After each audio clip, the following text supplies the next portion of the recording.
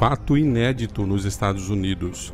Manifestantes que apoiam o presidente Donald Trump invadem o Capitólio e provocam grande tumulto na Casa de Leis daquele país, enquanto lá dentro acontecia a recontagem e validação dos votos do colégio eleitoral. Segundo a polícia de Washington, o distúrbio acabou provocando a morte de 4 pessoas.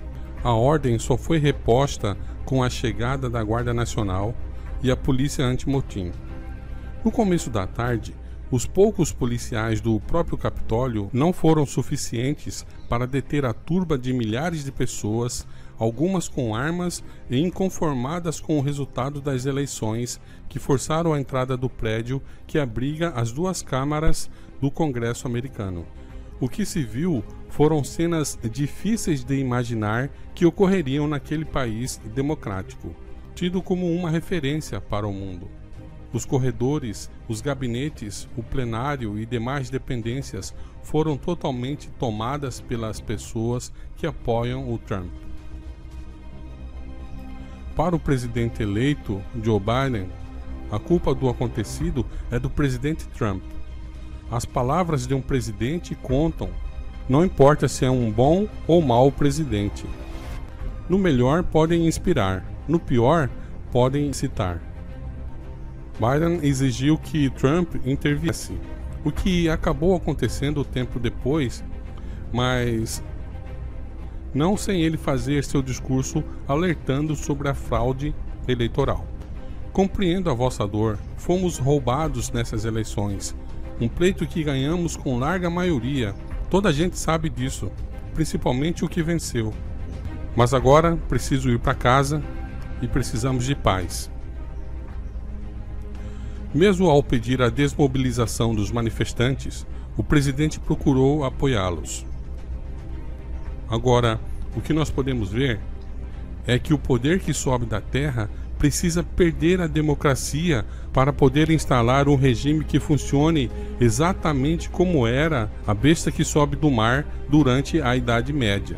Isso será levado avante de qualquer modo, com fraudes ou sem fraudes.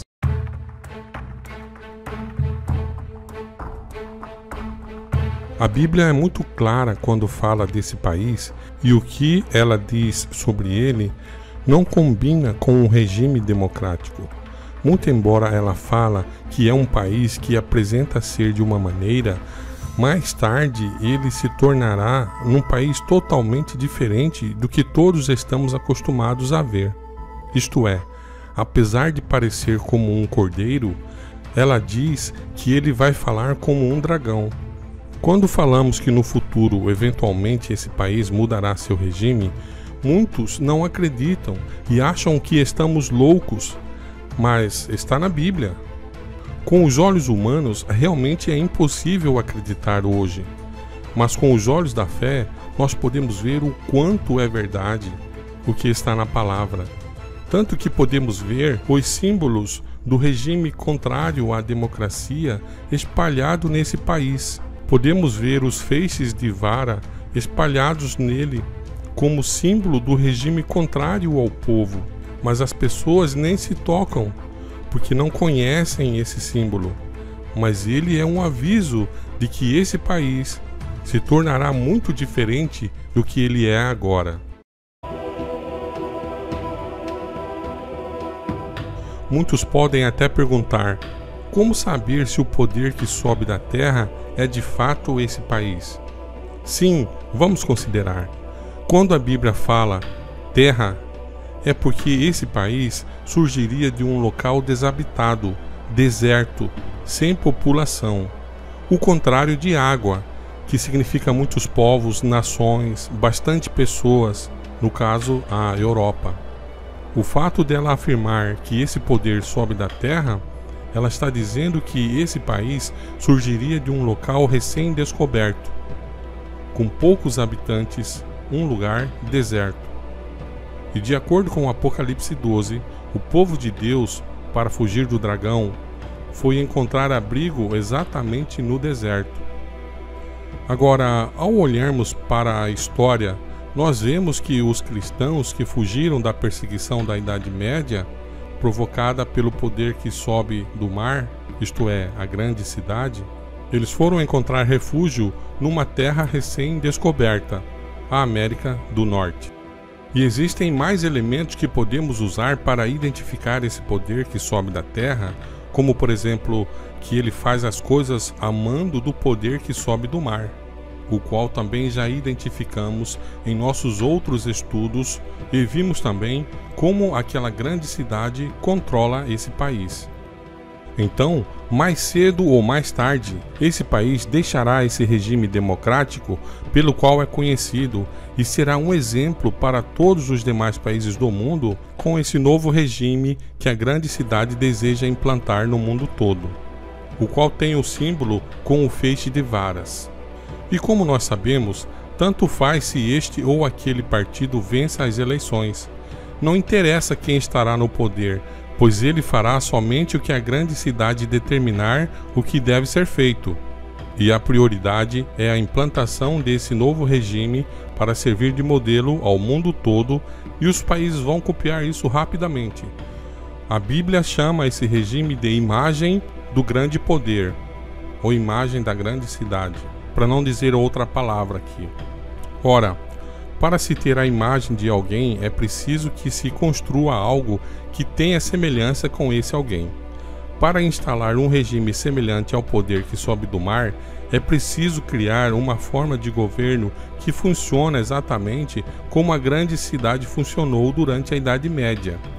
Um sistema contrário aos interesses do povo, mesclando o ferro com o barro. Só lembrando que o ferro significa Estado e o barro significa igreja.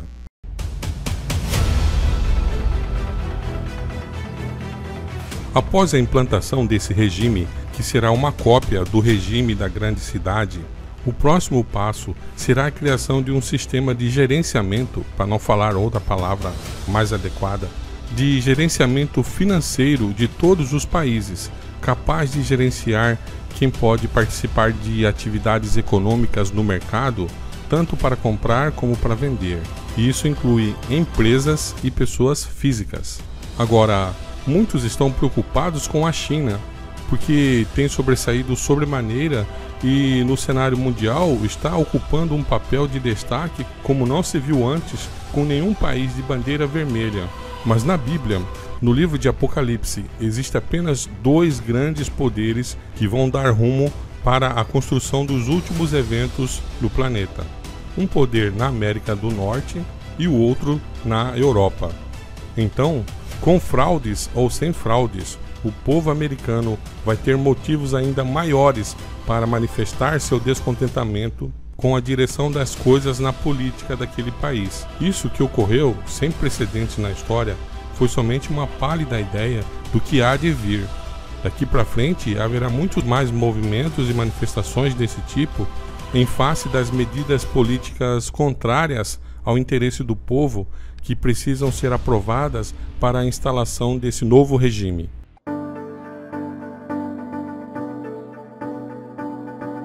Agora, muito embora a Bíblia fale da criação da imagem da grande cidade e da implantação da marca dela, não quer dizer que são coisas distintas no tempo. Elas serão implementadas quase que simultaneamente. Podemos ver que tanto uma quanto outra já estão sendo implantadas e a implementação de ambas já está num estágio bem avançado. E muito breve seremos avisados pelos noticiários da instituição delas. O mais importante saber é que a Bíblia usa uma palavra-chave muito interessante: adoração. Adorar a imagem da grande cidade tem a ver com aderir ao regime dela, ser favorável a ele. E essa será a hora em que o cristão deverá cortar os laços com o sistema e abrir mão da sua cidadania e ser uma pessoa que viverá de forma diferente das demais pessoas que estarão inclusas no sistema. Aqui é a hora dos cristãos serem iguais a seus irmãos lá no tempo do Império Romano e durante a Idade Média também, quando foi perseguido pela Igreja. Estejamos firmes com o nosso grande comandante, o Senhor Jesus Cristo, nosso grande general. A Ele toda honra, poder e glória, para todo sempre. Amém.